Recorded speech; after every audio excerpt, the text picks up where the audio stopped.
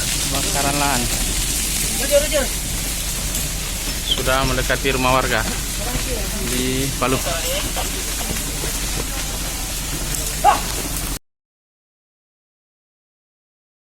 Syederalun lahan sekitar 1,2 hektar di Desa Maria Paloh, Kecamatan Muara Satu, Lok Semawe, pada Minggu 1 September 2024 sekitar pukul 18.40 waktu Indonesia Barat terbakar. Lokasi kebakaran pun sangat dekat dengan perumahan, sehingga sempat membuat warga sekitar panik. Namun cepatnya proses pemadaman yang dilakukan tim damkar Lok Semawe membuat api yang berjarak sekitar 5 meter lagi dari perumahan berhasil dipadamkan.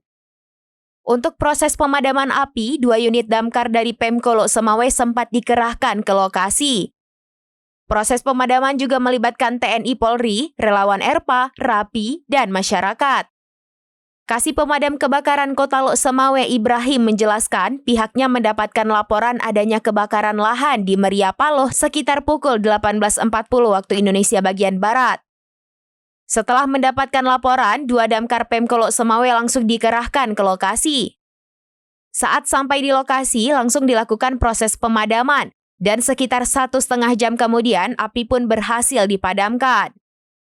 Ibrahim menambahkan, kondisi cuaca di Kota Lok Semawe dalam beberapa pekan terakhir sangat terik, terutama dari pagi hingga menjelang sore.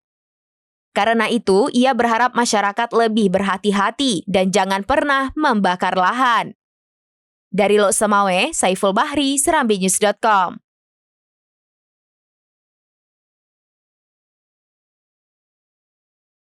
Download Tribun X sekarang, menghadirkan lokal menjadi Indonesia.